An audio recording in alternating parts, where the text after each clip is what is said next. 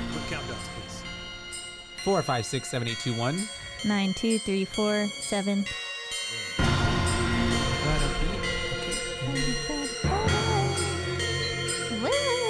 BooBaes.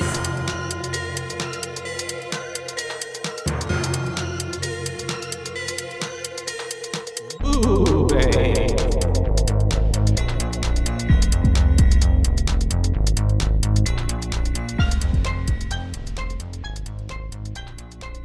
Hello and howdy, hey.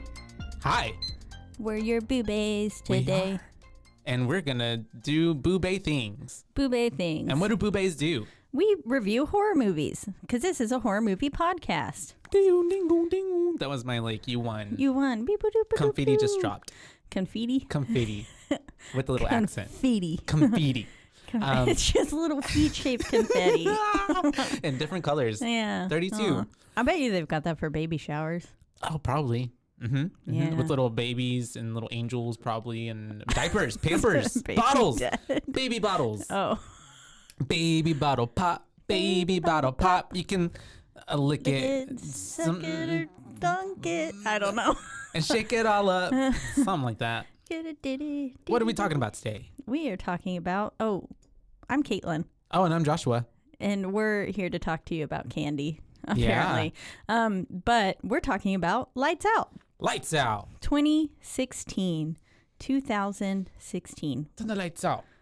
Yeah, I'm really excited actually to cover it because I feel like I thought I had seen it, which I guess I did, but I guess I saw it such a long time ago that it kind of was a brand new watch for me. Yeah. And then you told me that it was Based on a short. exactly which you made me watch. And I mean, it's only 2 minutes, 30 seconds or something like that. It's Yeah. very short. Terrifying. And it was very terrifying. Mm-hmm. And I really liked how they got all this movie from that, because I mean, this obviously expands even more on that with having a whole family and these, because it's kind of like a drama as well. Oh, yeah. Because there's so much emotion and heavy family based trauma that it's kind of hard to not also just see the serious side of this family trying to get through it, but all the whole there's some supernatural element that's also making it extra fucking hard for them to just get through their regular life shit. Yeah.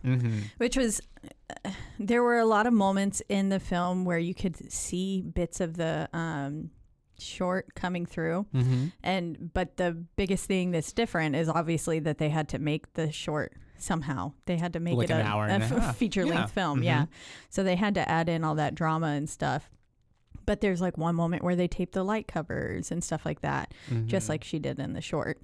So the short is, like we said, super short, but Super short. opens up essentially with this lady, and she's it's after hours and she's doing work, right? Or no, she's at home. She's at home. This is because I'm confusing the movie already. Yeah. She's at home. And I'm wondering if the lady It's at her. the beginning, It's it the is same. her. Okay. I was like, it looks the same. It's She looks the lady. same. Yeah. Okay. That's awesome. Yeah. That they cast her for the feature length film. Yeah, she's at home and she is finishing up in the bathroom, I believe. And then she's getting going, ready for bed. Yeah. Going into her room. And of course, leading up to her room is this giant hallway, because can't have a scary movie without a long, creepy hallway. What is it about hallways that makes them so terrifying? Because it's you're at one end and then it's the other end. And most of the time, I mean, yeah, usually there's doorways or stuff maybe, but it's closed. And so there's no escape. It's just that true. end or behind me. Yeah. So that's pretty scary. It is. The actress's name is Lotta Lawson. Lotta Lawson. So we can give her flowers because she was pretty cool. She did a lot of acting. She essentially, like we said, was getting ready for bed, and yeah, she's flipping the light switch, and there's that figure that's whenever the lights are on and then off whenever she turns them on, the figure's there. Yeah. Sorry, I was just gonna say the amount of time she flips this light switch. Oh yeah, and doesn't and she's just huh.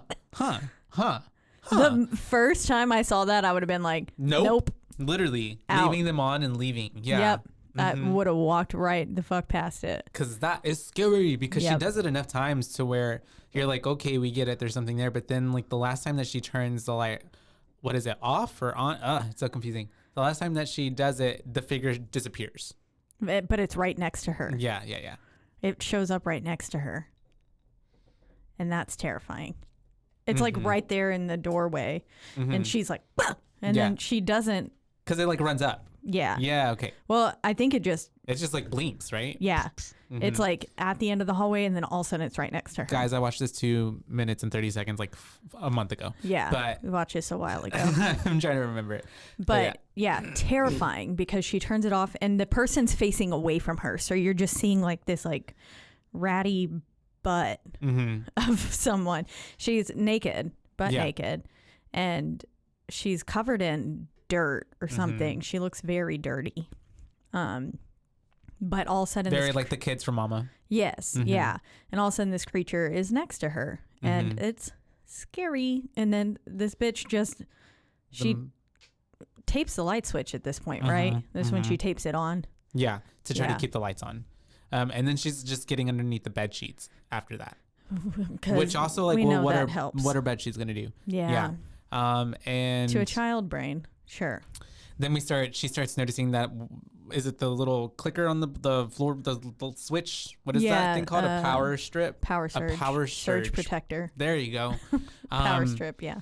It's like wanting to flick off. She's hearing it. And so she like kicks it to try to like fix it. And at that point, I would not reach for anything that like is where something can reach you from under the bed. From under the bed. Yeah. That's scary. And so she's not using her best horror movie. She's able she's able to keep it on, but then that's whenever the creature then like turns off the lights, right? Yeah, she hears the door open slightly and is like not looking in that direction. And then all of a sudden she doesn't hear anything for a second and she turns over and looks. Her room is first off barren. Yeah. There's nothing in this room other than a tiny night switch or a nightstand with a little lamp on it that's plugged into the one surge protector in her bed. It's very like... It's minimalistic. Super. Yeah. Or she just moved in. Could be. Or she doesn't have that much stuff. Yeah. Maybe. And then there's this lamp on the end of the nightstand that's got one of those little light switches on the base of the lamp. And she turns over and all of a sudden there's this creature just staring at her with the most disgusting smile. It's like very so eerie, grimacing. It's over. It's just too big. You know what it reminds me of? Too big. The Wallace guy and Gromit. That and the guy from Courage the Cowardly Dog, whose name's Fred, and he's like, "You've been a very naughty." Yeah. I can see and that. He smiles really creepily. That's very simple. I mean, Courage isn't claymation, but no, but Courage is also horror themed. So yeah. Wallace and Gromit fits. Well, they have like a Halloween one. But Wallace and Gromit, they've got those really big smiles and stuff. Yeah. And that's what it reminded me of. And it's just sitting there smiling at her and then clicks turns off the light and that's the end. That's it. Yeah. We don't know what happens, but we can assume she's dead. She's dead. She's dead. She apparently lived though, because then she made it to this movie. For real. Well, and then she got some good credit roll because she's in there for about at least 15 minutes before she's like, I'm out. Bye. Be careful going home. Yeah. But yeah, it essentially opens up at Wells Textiles, which is a factory, and it's after hours. It's nighttime. I'm pretty sure that these are the only two people left in the building, probably. Yeah. We've got Paul. Is his name Paul? I believe so. Yes. Paul, who's like the head honcho, I'm assuming. And Jill. Who is played by Lotta. And so, and I was like, oh, it's the lady from the short in my notes. And he's talking to his son on the phone. On Skype. Yeah. It's FaceTime before FaceTime. Yep. But I guess this was 2016, so FaceTime was still a thing. Skype's still a thing. Is it? I haven't used Skype in a really long time. Yeah, I don't know. It was like I think I remember using like MSN Messenger back in the day. That was a long time ago though, like 2010. But anyways, we act like that's long ago. A decade ago. And so they're talking about, the son wants his dad home because the mom is acting weird. Yeah, mom's like, I was like, Mom is losing it? Yeah. I don't know what's going on. And the dad is basically saying like, it's okay. Like I will be home soon and I will make her better. Like I'm going to make sure that she gets better. and he's just trying to reassure his son. And that's pretty much the gist of their conversation, what they're trying to talk about. And then that's whenever Jill comes in, and because it goes to her, and she's, I guess, getting ready to leave, prepping stuff for nighttime. Yeah, she came in and asked him if he wanted anybody to overtime. Work overtime. Yeah, and so she left to go tell everyone to go home, and she's doing her closing duties, closing up around the warehouse, and she realizes, like, as she's like trying to fill out her form and stuff, she's standing there and all of a sudden the lights go out and they're motion censored. So she, like, you see her waving her arm around and stuff in order to turn it back on. But then all of a sudden, right as the like light flicks on, we see something move in this clothing rack. And it was like, ah. For real. It's scary because I'm like, why are the clothes moving like that? Yeah. Like something walked by and they shouldn't. Yeah. Ran past it. Yeah. And, at this point, Jill's freaked out, as anyone should be. And she goes to tell Paul, and Paul is on the phone, right? And he's talking to somebody trying to sort something out. Yeah. And well, she also... Oh, this is actually, she saw the figure before that, right? Yeah. Yeah. So she, after the clothing rack moved, she's like, weird, but okay. And she's going around trying to close up. And this is where it's very reminiscent of the short. That's right. And yet again, she flicks it on so many fucking times. And there's just this creature standing at the other end of the break room or something is where I assume she is. And then all of a sudden she like, I think she leaves the light on, runs to Paul and is like, I saw something. Yeah. There's something. And there's he's like, something here. What? And she's like, I don't know, but just be careful going home. Yeah. Because he's on the phone. So he's busy. He can't really talk to her. Yeah. And so he, gets off the phone call. She leaves. So it's now his time to go home. But as he's leaving, he's walking down the same corridor, essentially, that she was at earlier, where those clothes on the clothes rack moved and stuff. Yeah. The motion sensor lights. And it's kind of like lights where it's like, they're like, what do you call them? They almost look like like cook lights, like lamps, heat lamps, because they just have like one round like light where it falls, and then like the rest of around it is like black, dark. Yeah. It's very. I mean, just a very centered light. Yeah. Where it doesn't have a lot of bleed out. So there's gaps essentially. Yeah. Between the light and the dark, and so he starts to. Is this where we see the thing on the floor? Right. Yes. The figure. This is where we see her crouched inside the shadows. Yeah. And it's like. It's already creepy. Yeah.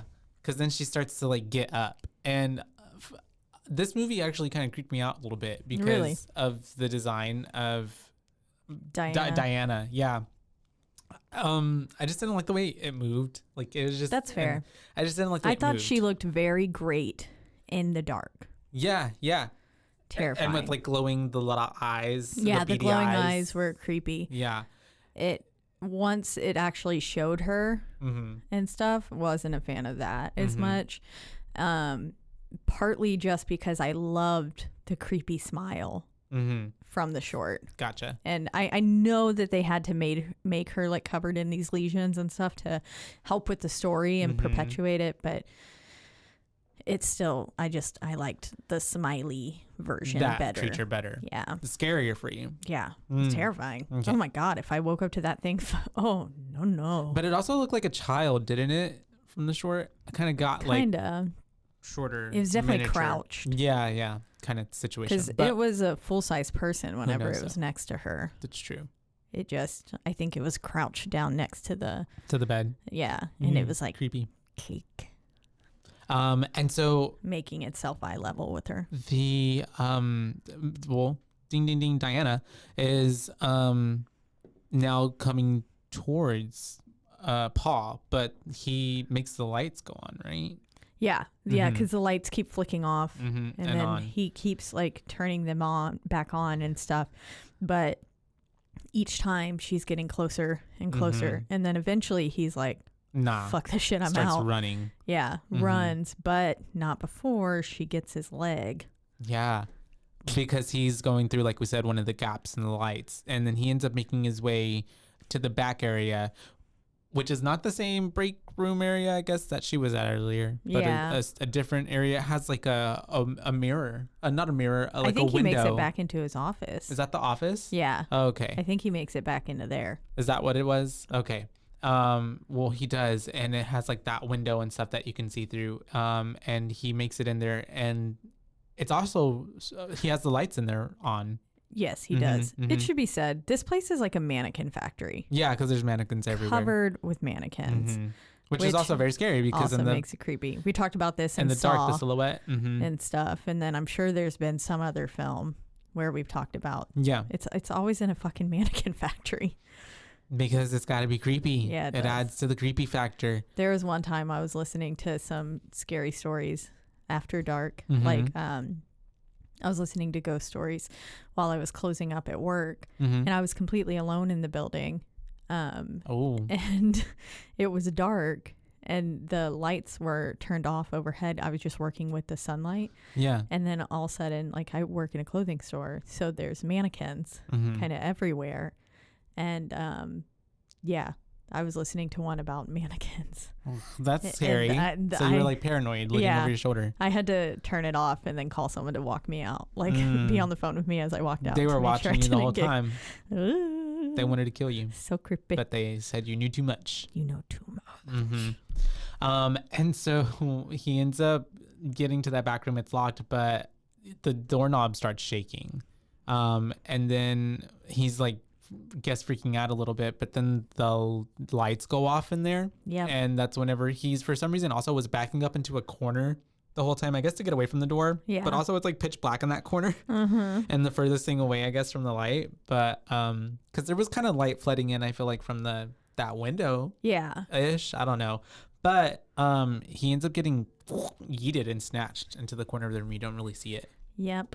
He's sucked away, and then you see his corpse just plop down in the middle of the factory. Yeah. And he's you can assume up. He's dead. Yeah, he's pretty mangled. Yeah. She did a number on him, and then we have a title card, and it's lights out. Yep. And it kind of pans in really creepily, like comes in on just some of the letters at a time, and you're like, "Woo!" I liked it.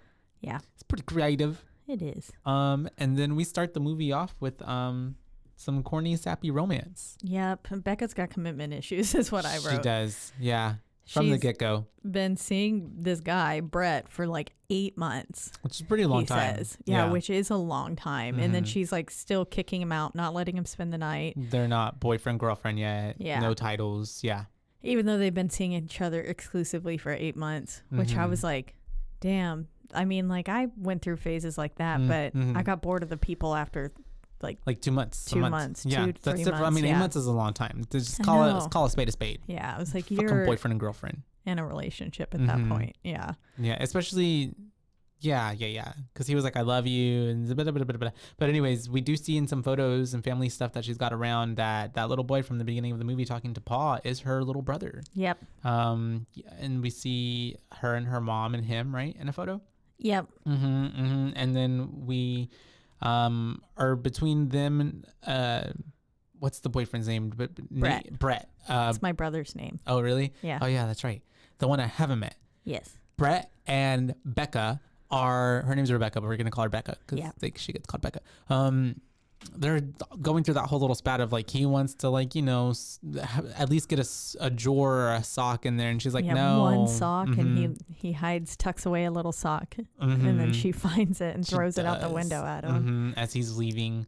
And apparently she's got a gig of his to go to the next day. So we know like they're going to be seeing each other. Like, you know, this is not just a one night stand, or he's not going to be done with the movie. He'll be back. But it does go over to, what's his name?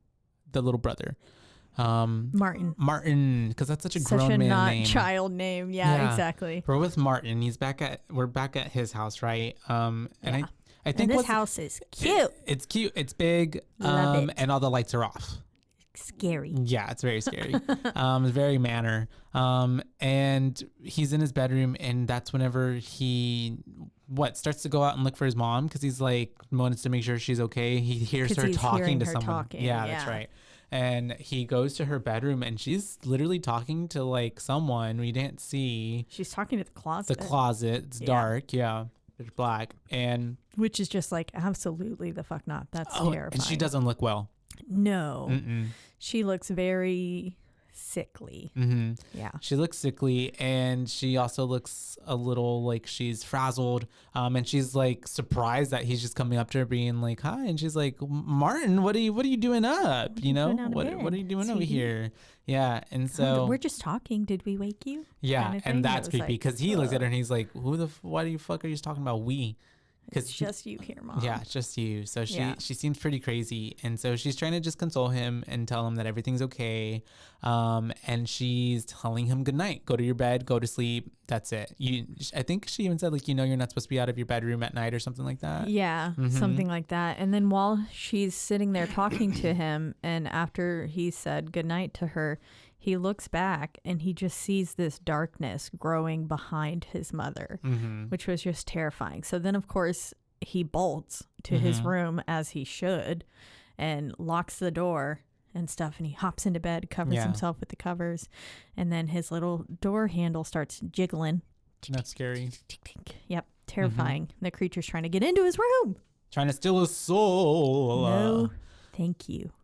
And so I guess we find out that little Martin, not so little, survives the night. He ends up, it's the next day already? Yeah, he's in his homeroom and he's falling asleep in class. Yeah. So he's in the nurse's office. They've tried to call his mom, but she's not answering. Yeah, she's not picking up. So this is where I clued in that Becca was Martin's sister. I wasn't sure if maybe she had just like babysat him or something from the picture.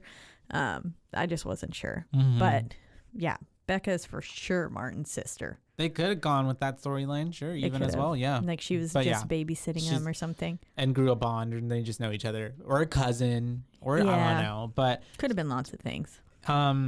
She ends up being the sister, like you said, and so they end up calling her, and so they end up there's a CPS person there who is now informing Becca, like, we tried to call his mom, she didn't answer, because Becca shows up like, why didn't you call his mom? Like, what am I doing here?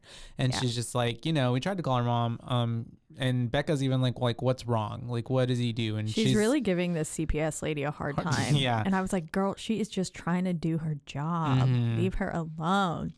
And she's like, he fell asleep 3 times this week, like in this, like in homeroom, obviously he's not sleeping. There's something wrong. Yeah. Which is, I mean, she clearly cared for Martin. Yeah. Which is, I feel like, could be rare sometimes in those cases as well.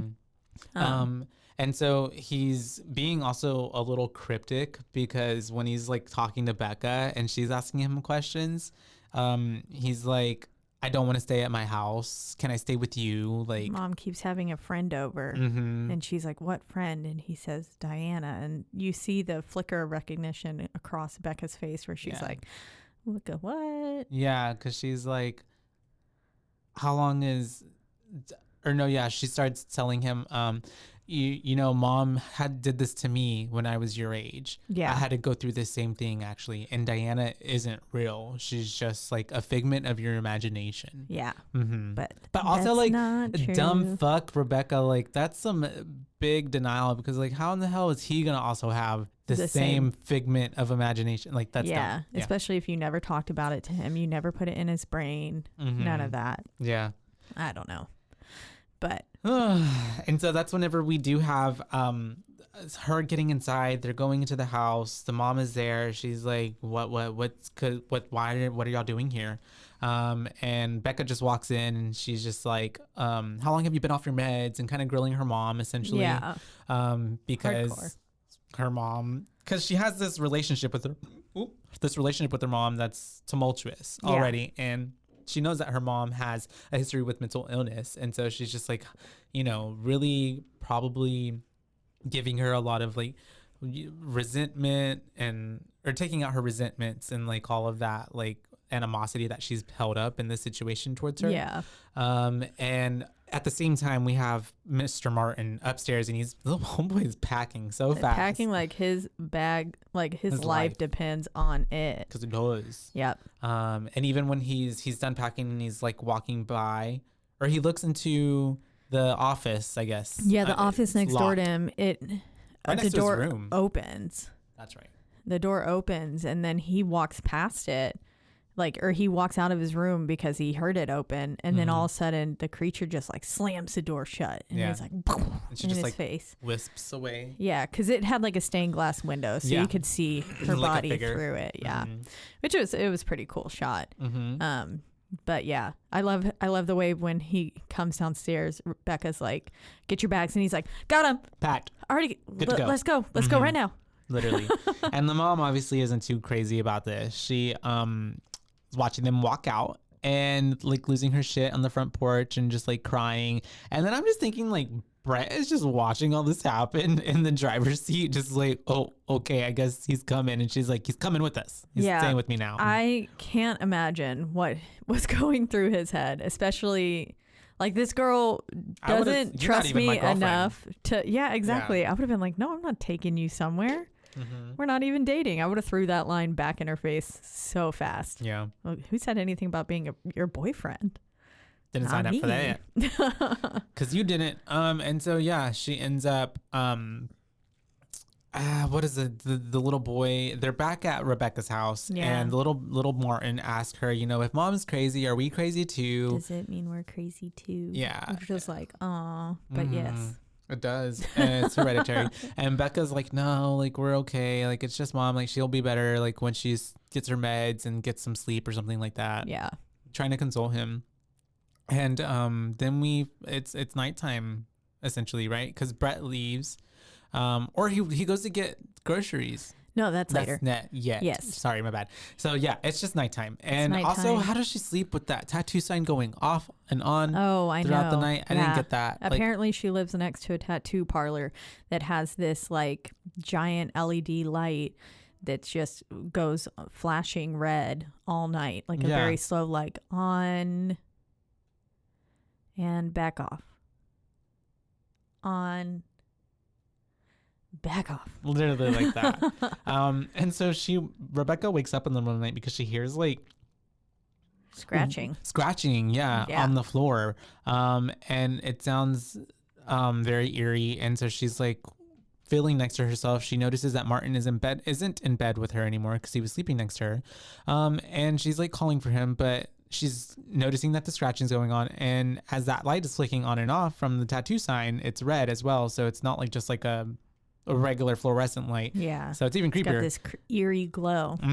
We see this figure just like scratching at the floor. Hunched over. And it's got this wild hair, which you can clearly tell is not Martin. Of course, Becca's still being like, Martin? Yeah. And it's like, no, bitch. That's not Martin. No. And so she ends up looking closer and closer, trying to get closer. And as soon as she was like, gets on the floor to see what it is, and she's like at the same eye level with it, it turns its head towards her and we see the beady eyes and it just like bolts for her. Charges her, which I don't understand why she was like getting closer. I didn't either. I was like, girl, what? No. What are you doing? Get your ass off that ground right now. Yeah. We do not get closer to this thing. Oh, charges her though. That was terrifying. And that's very terrifying. And for her as well. And she freaks out and she's like, oh my God. And she goes to the restroom and she's like looking for Martin and she just notices, I guess, that light that's in the bathtub. Yeah. And then she finds Martin in the bathtub asleep. Poor baby had like a flashlight just shining on him. Yeah. It's probably the only sleep he's got in like a week. Probably. So sweet. He's just curled up there. Yeah. And she obviously doesn't wake him because she's like, okay, he's sleeping at least. That's good.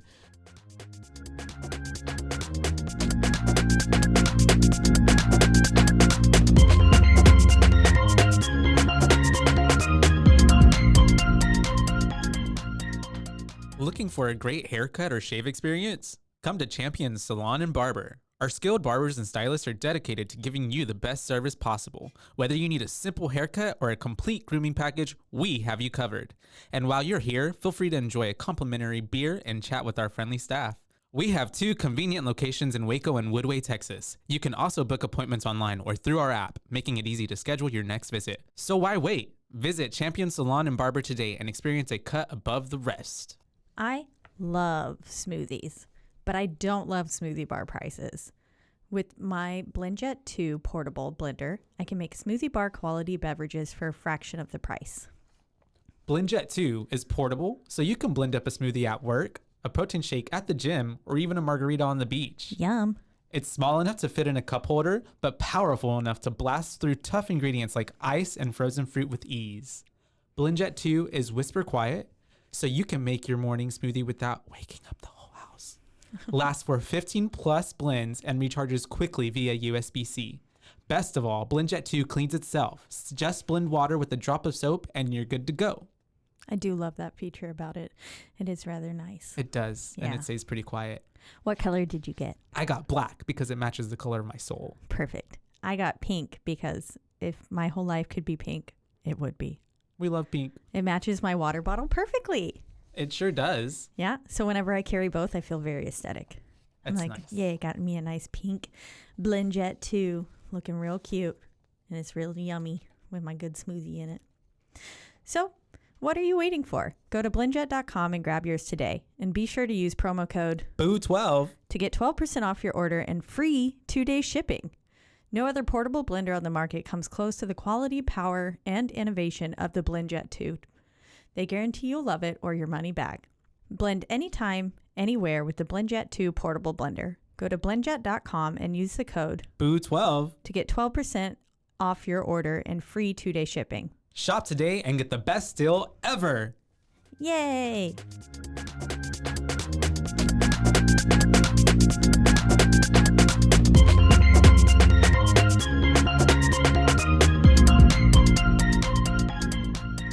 And we're back. And so basically, it's the next morning, though, after Martin fell asleep in the bathtub, and the CPS lady stops by the house, makes a home visit. She sure does, because she ain't having it.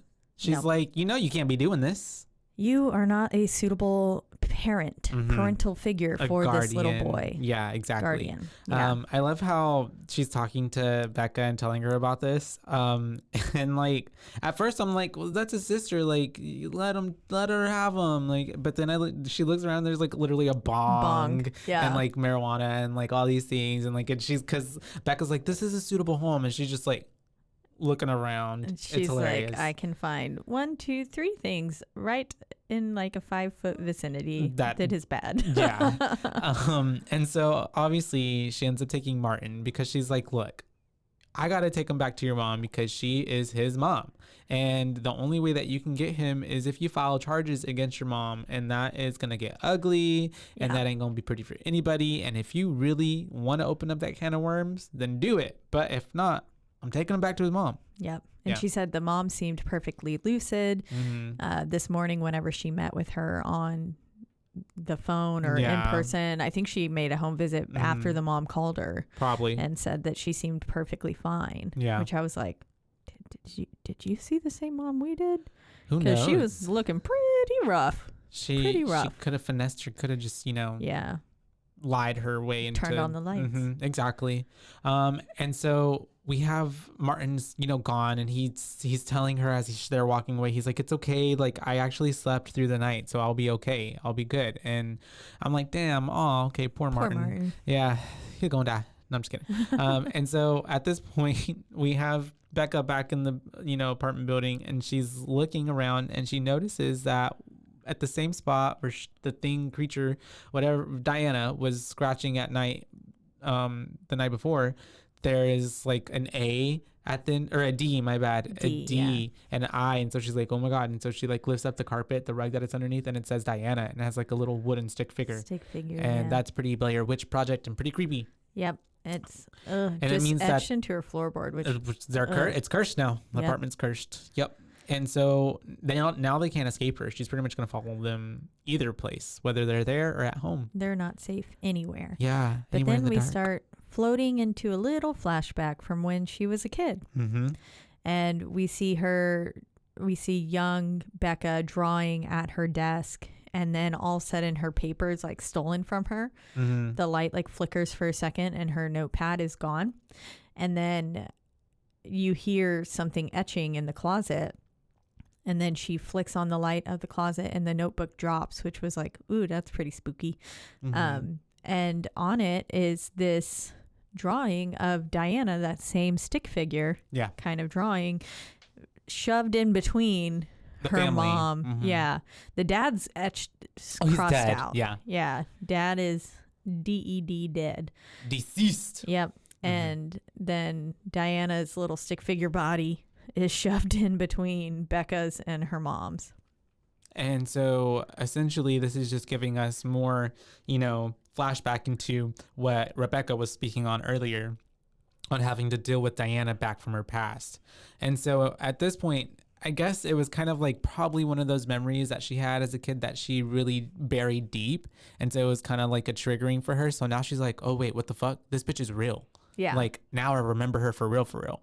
And so she ends up calling Brett, and he comes up to pick her up, and she, they're kind of doing look cutesy, whatever. He's like, oh, I guess you want me now. But he's like, where are we going? She's like, we're going back to my mom's because this bitch is real. And he's like, what the fuck? Who's Diana? Yeah. And she's like, I'll tell you when we get there. Keep up. Yeah. And I'm like, he girl, essentially knows nothing. Brett knows nothing in this film. Mm-hmm. And so she goes back to her mom. Probably doesn't even know her last name. Probably not. Very Carrie Underwood. And so they get back to her mom's place. She breaks in, essentially. Not like breaking in because she has the key, but uses the key underneath the hiding key place. Hide a key. Yeah. And she gets into the house, but they're trying to, she puts him on watch because she's like, if my mom shows up, we're hitting the back door, we're leaving. And so she goes to the office after kind of snooping around the house a little bit. And she notices that like it's dark in there. The light cord has been cut. There are like a little bedding essentially kind of by the window. Yeah, it looked like, I don't know if for Diana or for her mom was sleeping in there. I feel like maybe the mom was. That's what it gives. Maybe. Or maybe that was Diana's bed. I don't know. It looked like for a dog you don't care about. Yeah. Yeah. You just roll up some blankets on the floor. There you go. Don't even get them a little bed. back. That's probably what they would choose anyways. For sure. Because any bed you get for a dog, they're going to chew it up. Yeah. And not sleep in it. Mm-hmm. But she ends up in there. She's going through stuff. The kittens won't even lay on their stuff either. Oh, no? Yeah. That's how they are. I bought them a bed, and this morning Suki was laying on the litter mat. Aww. I was like, what are you doing over there by your poo-poo? She's like, get away from that. I want to be close in case I'm ready to go. I know. I was like, is your tummy hurt? Like, what's going on, Suki? That's what I do when I don't feel good. Stay close by. Not on the litter mat, but my bath mat. You could just use the litter. Do it. Hides this odor? It does. Yeah. I don't know if it's made for human fecal matter. And so she ends up seeing that there is a picture on the wall, and it is of this little girl underneath an umbrella, kind of darkened, and then it's a little blonde girl, and she turns it around and it says photo of Sophie and Diane. Sophie is the mom, and Diana is of course Diana. My bad, not Diane. And my phone corrected it 2 times at Diane here.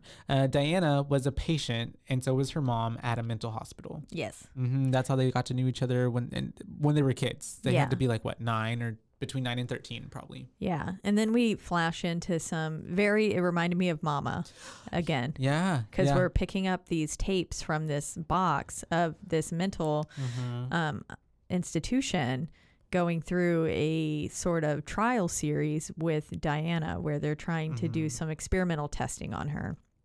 And basically they're asking her, like, why did you hurt Sophie? And she says, because she was getting better. And we had to stop that. Hurt her again so that way she could stay. Didn't want to be separated from Sophie, which is like, ugh. That's a red flag. Yeah. Yeah. It also kind of gave me, I don't know if you've seen it yet, but like it reminded me of, which this also came after. So this gave that, but this inspired that, I guess, the Malignant vibes at the beginning of it. Oh yeah. I haven't seen Malignant yet. You'll have to watch it. I know. I want to. And so we do have, like you said, we're going through that flashback sequence, getting more backstory on what happened with her. And apparently, Miss Diana had a skin condition that made her super sensitive to the light, like extra super like crazy sensitive, but also maybe supernatural, radioactive. I don't know, because they tried to do some sort of experiment on her where they basically essentially blasted her with rays of light. Yeah. And they obliterated her. Like floodlights, basically. Yeah. They just like disintegrated her? Put them. Yeah, she disintegrated. Yeah. She was just this little scorch marks on the chair. Yeah. I was like, how does that even happen? Yeah. Was she a vampire? I mean, people spontaneously combust. Where? Oh, it's happened before. How do people bust? Like spontaneously. I'll have to send you some podcasts on episodes of what? Yeah, spontaneous combustion blow up? is like a real thing. But not like it's like maybe like and like you kind of burn your guts slowly come out over time, or it's like you're all of a sudden it's like one giant heat that just. We'll look into it. I'll look into it. It's really cool. And so we do have her blowing up essentially just like that, and she's dead. Which then, got rid of her, but not really, because I'm like now I guess because in the way she died, she became this like evil entity that latched itself on to Sophie. Yep. Essentially.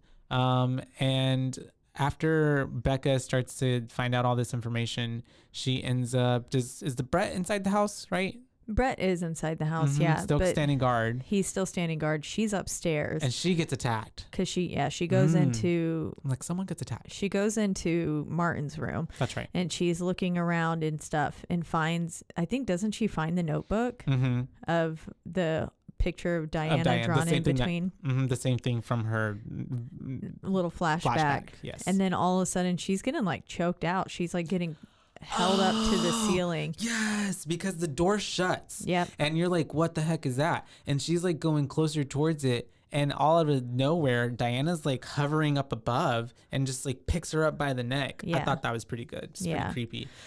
She's getting choked out, but Mr. Brett hears and he comes up and he opens the door, and as soon as he does that, lets the light in, Miss Rebecca gets dropped to the floor. Yep. And then you hear a whisper either before Brett comes in or afterwards. I think it's right before. Yeah. Stay away, and that she won't be sent away again. Yeah. And they end up fucking leaving, because who wouldn't? And as they're walking out, she's like got this little box of stuff, and he's like, "What's that?" She's like, "It's proof."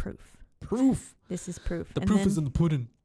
And then we flash to Martin and Sophie, aka Mom, walking up the steps, and she's saying like, "How about we have a movie night?" And it'll be good for us. Some quality time is what we need. All three of us.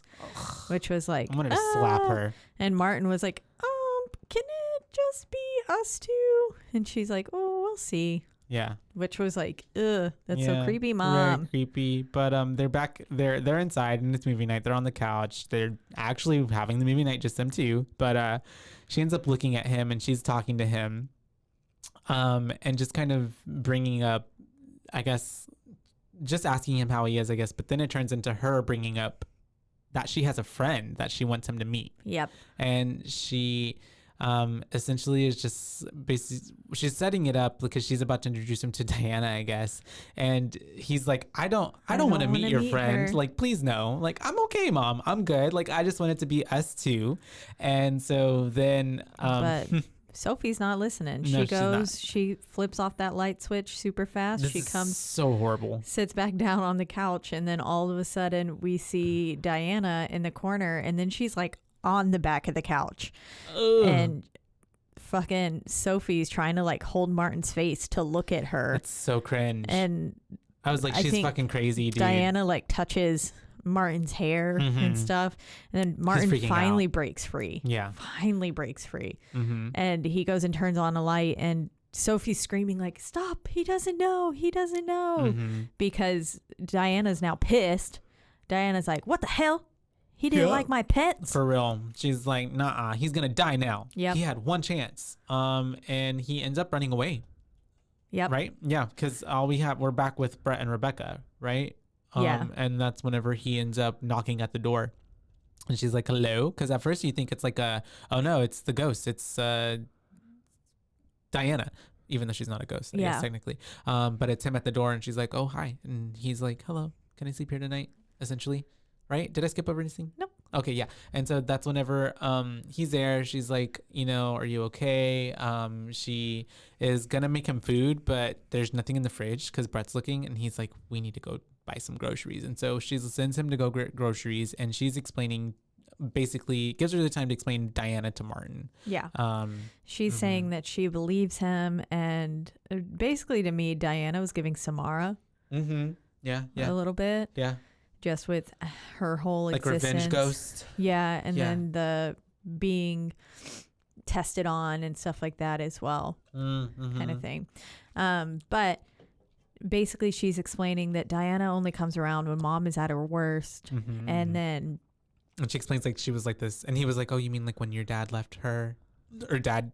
Yeah, because it's only explained at this point that when your dad left your mom, she's like, yeah, just like that. Like, that's when she got worse, you know? And then he asks, if she's dead, how could she be doing this to us? Oh, and this is where the knock on the door happens and no one's there. Gotcha. Yeah, and so after that knock on the door, though, Martin ends up getting attacked. Yep, because she lures him in with the closet, like something's happening. I think the scratching is coming from inside the closet or something, and she's going to turn on the light, but while she's doing that, Martin's standing behind her and he gets yanked under the bed. Which was but she's able to for him. pull him back from out from under, and that's whenever they end up going back over to the mom's house. Yep. Pretty fast after, because they're like, you know, we're gonna end this now. They go over there, and what is it? She starts confronting her mom. Yeah, she's questioning her mom about Diana. Basically, Sophie's like, no, I'm not going to cut out Diana and hurt her that way, just like I was hurt, you know, whenever your dad left and stuff like that. And whenever you cut me out of your life, it really hurt me. And I realized that that's what I had been doing to Diana for so long, and it's not fair to her. And so I need to keep loving her and stuff like that. Yeah. Talking crazy, a whole bunch of mess. Yeah. And essentially, I think even Becca, like, okay, wants to leave and take Martin, but Martin's like, I don't want to leave. We're obviously not safe anywhere, and I want to protect mom. Yeah. So I'm going to stay here. And so that's when Brett also decides to stay with them as well, with Brett and Becca and Martin there with her mom at her house. And I think at this point, that's whenever they're getting ready for bed. They're getting everything set up. They're taping the light switches, just like in the short. And then I think someone tries to go into the office. Martin, I know for sure, asked Becca to sleep in there with him, but I don't know if that's in his bedroom before. Right? Yeah. But I don't know. I'm just like, the office won't open, and then someone's talking to Brett, talking to mom. Mom gives Rebecca a note. I don't know. Oh yeah, that's my but yeah, because then after all of this is going down and they're getting ready for bed, Becca has a chance to talk to her mom because she's at her bedroom door. And she comes out and opens it, and she's like, I'm actually telling her mom that she's staying. And that's when her mom, you can tell the mom's like even just fucking happy to have her staying back in the house. And they're having a little conversation, and her mom is able to give her a little, like, you can tell she slips or something in her hand as they're like hugging goodnight. And I love too how her mom is like, you can tell she gets like pulled back into the room. Yeah. Something clearly grabs her and then just pulls her back into the room. And before that, Martin and Becca had their like, or not Martin and Becca, Brett and Becca had their like cringy acting. Oh, heart to heart moment. Heart to heart. Yeah. Before, where she says that he can have like the bottom drawer and stuff. That's right. And I was like, too bad he's probably going to die, but he doesn't. Spoiler alert. But anyways, you think he might. I want to mention that part because that acting was what knocked me down a few boo levels. Oh, gotcha. Yeah. In that moment, I was like, yeah, it gave like, it's not top tier. So I just wanted to bring it up. And so after she gets that, after the bad acting, and the note from her mom, which says, help me. Yep. Or I need help. Yeah.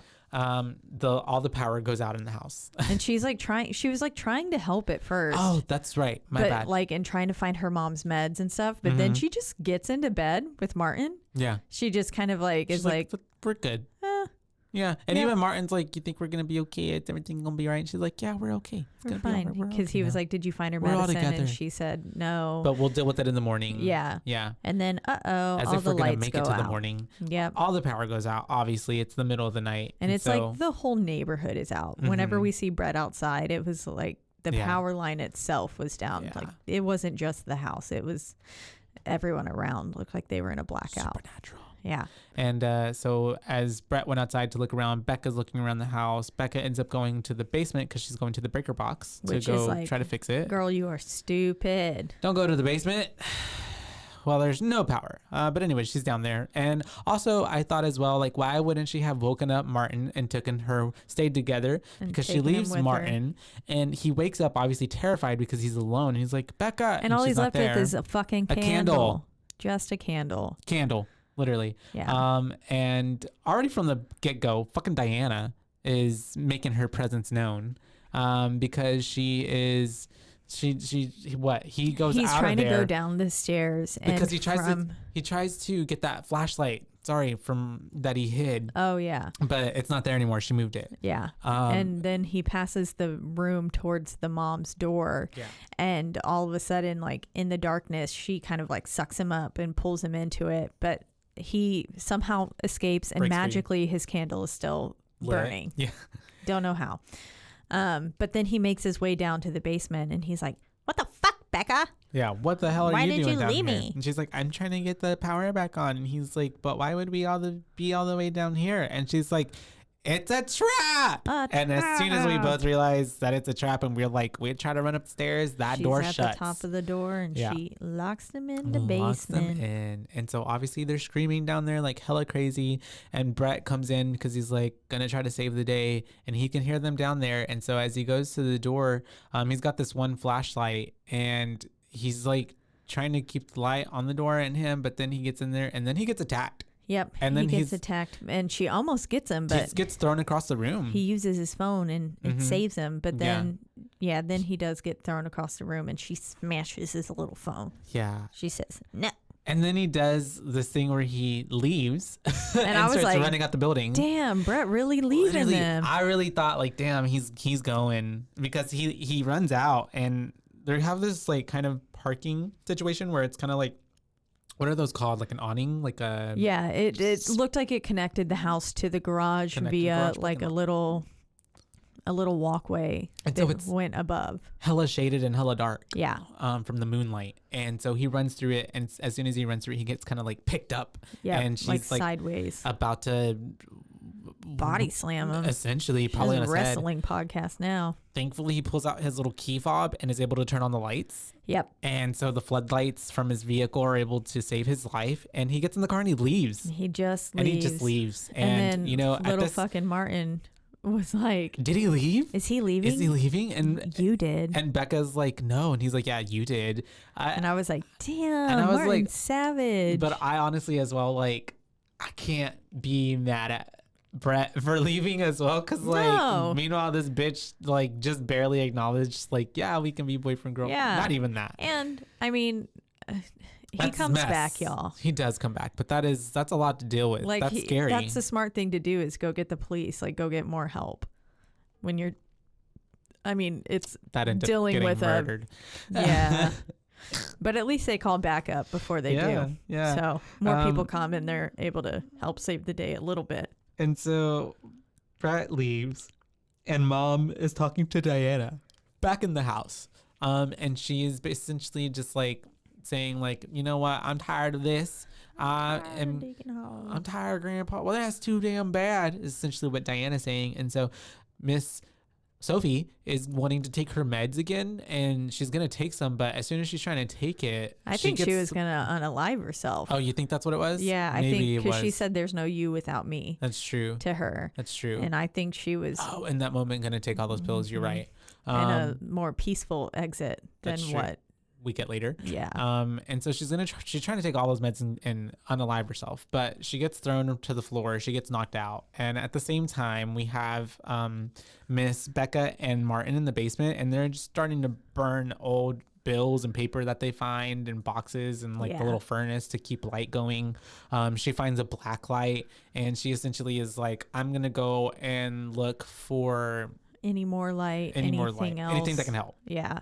And she's going through the basement, which is remarkably large. It's huge. It's a whole other level to the house. Yeah, it really is. Yeah. And she finds, first off, there's this doorway that looks pretty sketch. Yeah. And there's this handprint on it she can see in the black light, which we can assume is blood. It's Mama. Yeah. Just kidding. Diana. Yeah, Diana, I feel like that's where her dad is. I feel like. Yeah. And then, but then she gets into this other room and she sees all these words on the walls, like saying stuff about being trapped down here in the dark, just like in the hospital and stuff like that. And then, of course, because Paul worked in the fucking mannequin factory, mannequins all around. There's mannequins everywhere. And as she's searching around there, as we're reading the writing on the wall, we read something about father and like something like that, just like I did to her father. I got to get rid of the father. Yeah.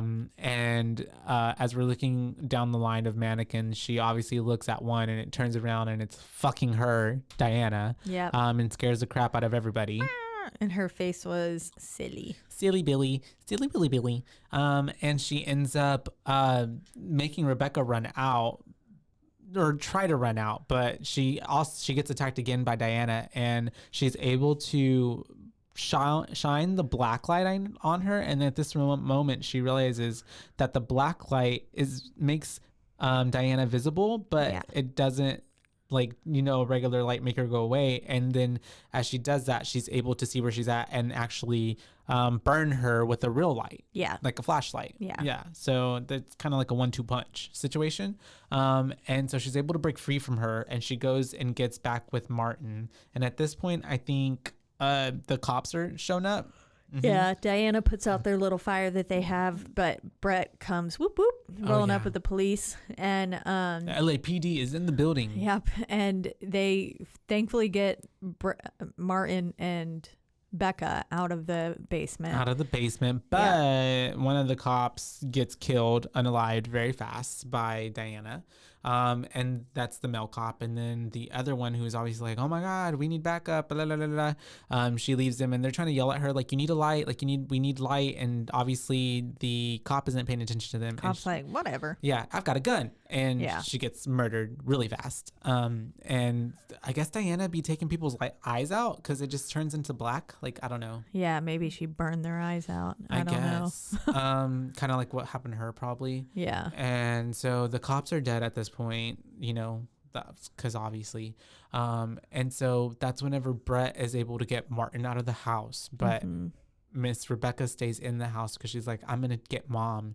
And so she's in there. But before she can get to her mom, Becca's getting thrown around and beat the fuck up by Miss Diana. Yep. In the living room, the foyer. Before this happens too, Mom is having a conversation with Diana, basically saying, if you hurt my kids, we are never speaking again. Oh, yeah, that's right. Like, so now we've got that Sophie, Mom, has made a choice. She's picking her kids over Diane. Yep. And but yeah, Becca's getting thrown around like a little rag doll by Diana, and Diana says, stay away or I'll show you where I put your father. Which was like, bum bum bum. Yeah. It's in that door. It's been revealed that Miss Diana killed her dad. He never went missing or left or whatever, went for cigarettes and never came back. He just literally was murdered. Yep. And so we get that big reveal. And so I think even as Miss Sophie comes and she has like this gun and she's like pointing it at Diana's body. I don't know. Yeah, she's shooting it at Diana. Yeah. And Diana's saying like, that won't hurt me. And then that's when Sophie says, well, there's no you without me. And she points it to her head, and Rebecca's screaming, no, Mama, don't. And Diana is saying, and running towards her. And then Mom shoots herself in the head, successfully killing Diana as well. Diana goes up in flames, smokes again, just like she just kind of bursts, disintegrates like a human does. Yeah. And then we're all outside. Yeah. And we're in the back of the ambulance. And I mean, I guess I'm just like, how do we explain? I guess they're gonna spin it as like Mom went crazy and killed everyone, because there's what other way could you spin that? It's gonna get blamed on their mom. Yeah. And then she killed herself. And And so, yeah, we're back, and basically Brett and Rebecca and Martin are talking, and they're basically a new little family now. Yep. Mm-hmm. And then it just pans out on them, and then it goes to darkness. And lights out. The end. Lights out. The end. Mm-hmm. Boo time. Boo time. I think I'm gonna give Lights Out a solid 4. 4. I liked it. Really? I really liked it, and it Good. creeped me out. Yeah, Good. I was thoroughly entertained. Yeah. I thought it was a good storyline. I thought I liked that it was a mix of like a little bit of drama and heavy emotions mixed with the scary storyline. I thought it made sense that you know, the whole backstory with Diana being a patient, and then she died, and then like just like the trauma and how ugly her death was and brutal, essentially murder, how her soul then got like latched on to Sophie, and that's how she made her way into like, you know, the cyclical, always like, you know, first with Rebecca and then now with Martin's dad and stuff, and getting them out of the picture. So I thought it was pretty good. I didn't mind that they showed her a little bit. Yeah. I kind of liked it. And overall, I mean, I found it effective because she creeped me out. Yeah. But that's pretty much it. I thought overall it was pretty good. I can see what you mean about the acting at some points where it was a little kind of maybe cringe, especially more so just between Rebecca and Brett. Yeah. And I think that's just more so because at times their love storyline kind of felt a little bit like it's cringe in general. For trying to like, you know, squeeze this in here too. Yeah. Because I imagine like the movie without Brett, and it's still like it could have been pretty effective without Brett being there at all. He's kind of just like an extra like little thing for, I guess, for someone who goes to save the day. And I guess for there to be a little bit of stakes for Rebecca, but honestly, I really feel like it would have driven the movie more if he would have died. Yeah. At the end, because I feel like that even would have shown her like, no, I should and can love people, because look what happens when I had someone there to love, and then now he's dead. Yeah. And he gave literally his life for me to live. Yeah. Yeah. So I feel like that would have been a good arc for her to then like do. I don't know. Yeah. But yeah. I would give it, I think, a 2.5. Yeah. Just, it wasn't my absolute favorite. It's not terrible. I think overall it is good. There are some creepy moments in it for sure. And, you know, it does make you a little bit more hesitant when you turn the lights out. Yeah, as someone too, who was afraid of the dark, I should have mentioned that too when I was a kid for like the longest time. Yeah. Even the dark still sometimes creeps me out. Yeah. Yeah, I mean, I most of the time sleep with the TV on and stuff like that. But overall, I liked the short better. Yeah. Like if I could give the short something, 5. 5. Give the short a 5. Give this a 2.5. And I think the issue for me is actually a part of a little bit of how much you loved it. The like storyline and stuff itself, it felt a little cliche in my opinion. And I like just the unknown and that's the beauty of something being only 2 minutes long. Yeah. It's meant to just be a 1 minute creepy thing and not meant to have a whole hour and a half of storyline like that you have to flesh out. Yeah, exactly.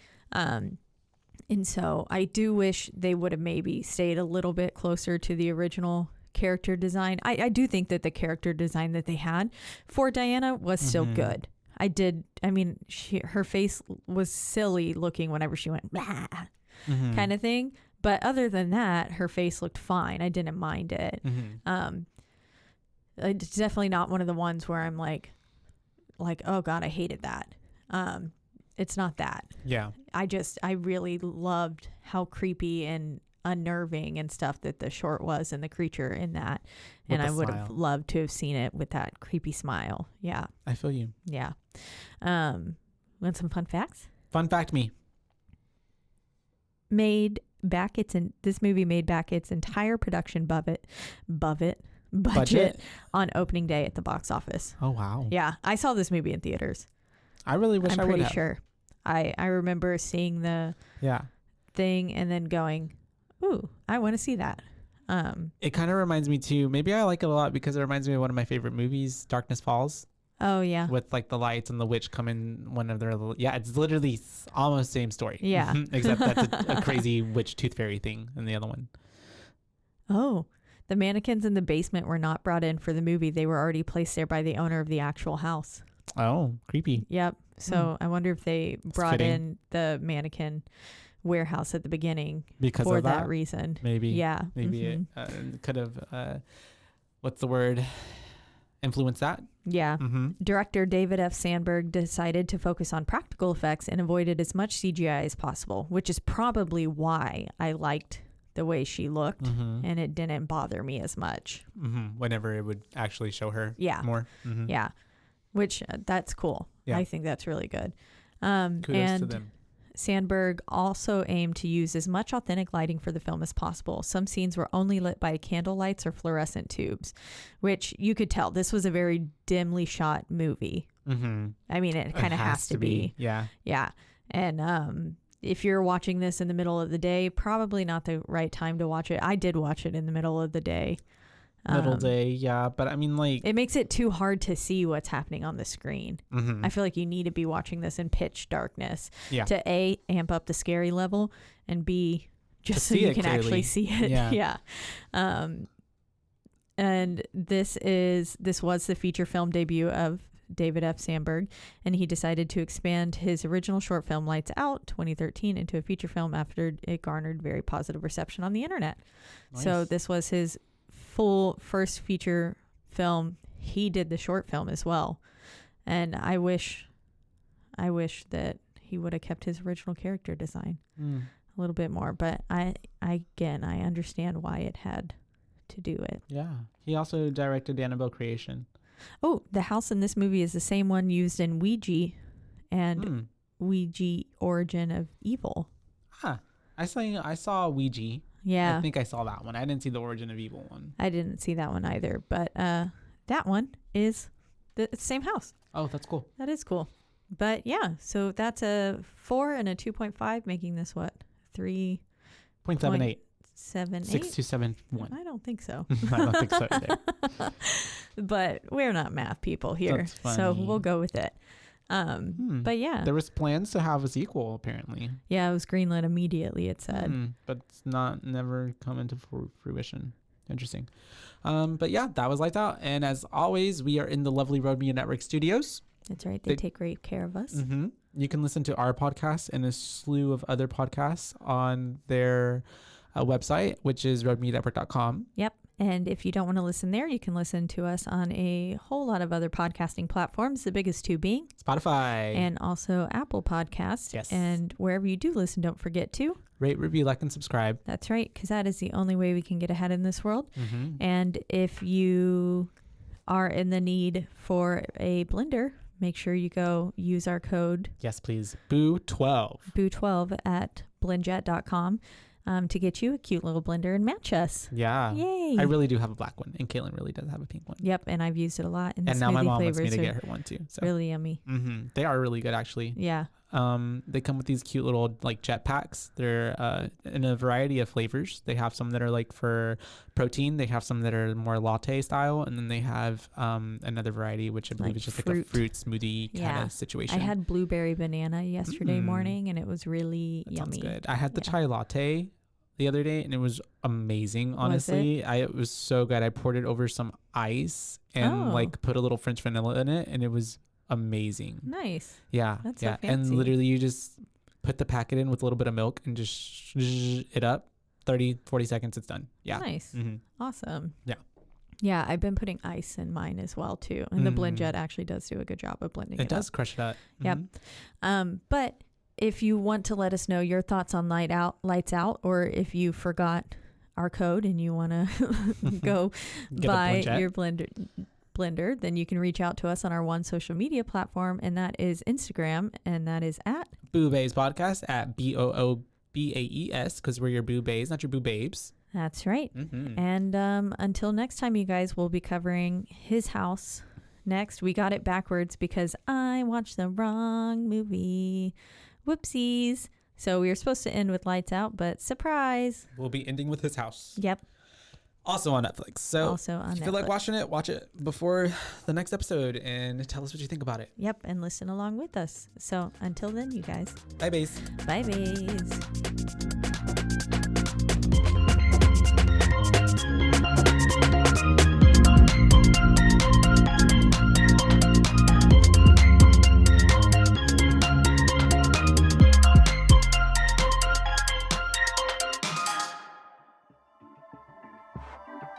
This has been a Rogue Media Network production.